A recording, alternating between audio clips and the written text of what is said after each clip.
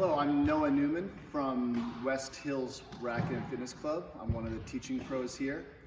And I just want to give you all who are self-quarantining or keeping your social distance some ideas on what to do while you're home and you want to continue to keep your tennis up to a certain level.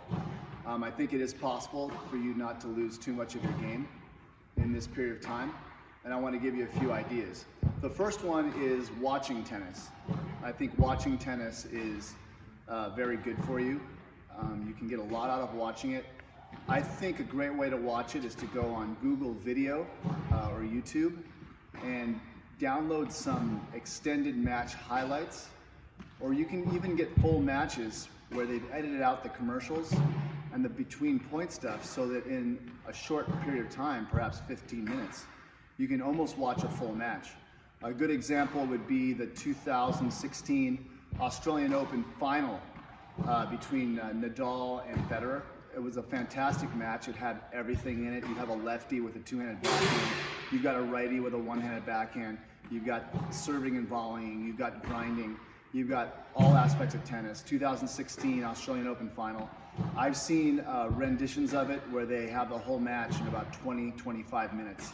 And maybe they edit out a few points here and there. But if you see that much tennis back to back, you're going to get some of the patterns they're using lodged in your head, and you're going to come out and be surprised at how you start using them. So a few other things too that you don't want to lose during this time is you don't want to lose your cardio, because if you don't play and you sit around for a while and you come out on the court, you're going to find that you're going to have a hard time keeping up just because your cardio is a bit off. So a few things you can do just at home. You don't even need to go outside to do this. So one of the best things you can do is jumping rope. So there's different kinds of footwork in tennis. For me, one of the most important footworks in tennis is not just running to the ball, but being ready and having your feet moving. And jumping rope is one of the best ways to practice that. You can do this anywhere. If you have a living room with high ceilings, a garage, or even just out on your sidewalk, you can jump some rope. I think it's important to jump rope different ways. The classic 2 feet way is important. 1 foot at a time, really important. 1 foot at a time, and then just running. And then just try to continue doing it over and over again. So that kind of movement is going to help you stay ready. So when you come on the court, let's say in 2-3 weeks, maybe a month, you're going to already be ready to move your feet like this.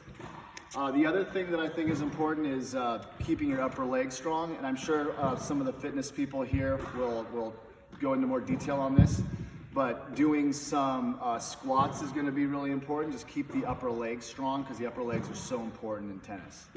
The other thing too is shoulders. You can take a medicine ball and just work on rotating the shoulders. That's really important, because in tennis, having that free shoulder rotation, being strong right here is important, and you can continue working on that. You can do those things. And then another thing too, we got some balls right here. Keeping your hand-eye coordination going, and something as simple as just watching the ball and doing this is really good. And going like that, doing it in both hands. I'm not a lefty, but doing some left-handed stuff. Another thing is being comfortable with spins. So for serving, we ideally want our strings to go like this across the ball. So bouncing the ball like this. Just keeping your ability to spin the ball intact. Also, top spin. So doing a little bit of that. Forehand top spin. Slice. Doing a little bit of that. This is all good for the hand-eye coordination. The other thing that you are going to also want to practice doing is keeping your hand-eye coordination, playing some catch maybe with somebody, going out, throwing the ball. That's going to keep your service motion. Catching the ball, throwing the ball and catching it is going to keep your reaction going. It's going to keep your tracking ability going, and that's going to be important as well. Another thing is it doesn't hurt to take practice strokes too. You know, you can look at, there's tons of videos. You can take your favorite forehand, perhaps it's Federer, and you can just kind of track his stroke a little bit. You know, racket head up, shoulders turn, drop the racket, follow through. You take enough of those strokes and it starts to become ingrained in your system. So I would practice that a lot. You can do volley shadow.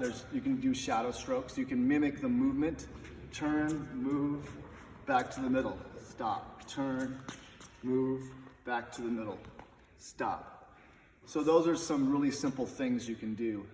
There's no reason why your game needs to suffer too much while you're at home, and it's really important just to keep your hand-eye coordination, keep the most important muscle groups strong, keep your cardio up, watch a lot of tennis, and just take some strokes.